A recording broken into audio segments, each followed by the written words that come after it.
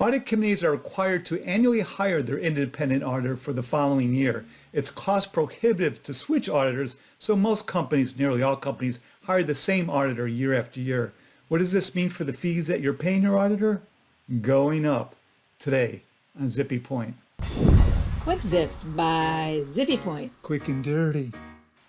I'm Brock Romanek, and I'm a big fan of yous. It's inevitable that your audit committee doesn't like how high that the audit fees have gotten. It is what it is, unfortunately. There's just not much you can do. But what you can do is benchmark what others are paying. You can glean that from the proxy disclosures of your peers from any public company.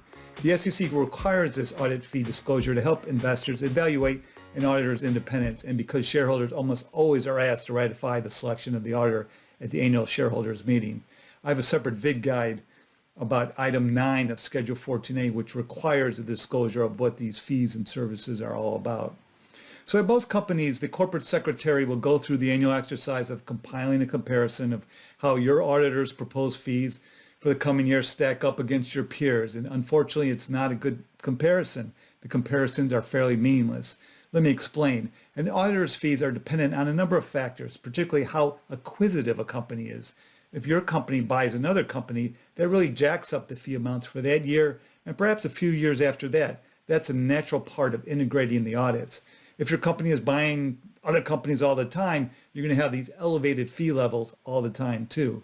The rub is that your audit fee is going to be disclosed in your proxy, so shareholders and activists are going to see it, and they're going to compare that number to your peers' fee level, what they're paying their auditors and what you've paid to your auditor in the past, and wonder what's going on.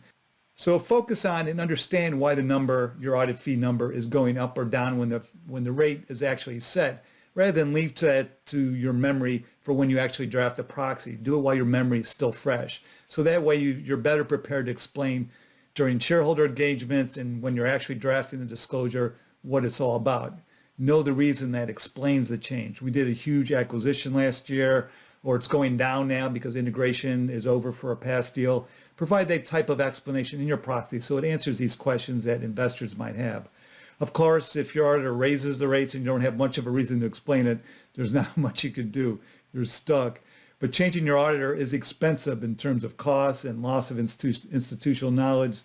And your shareholders should know that. So you might need to remind that.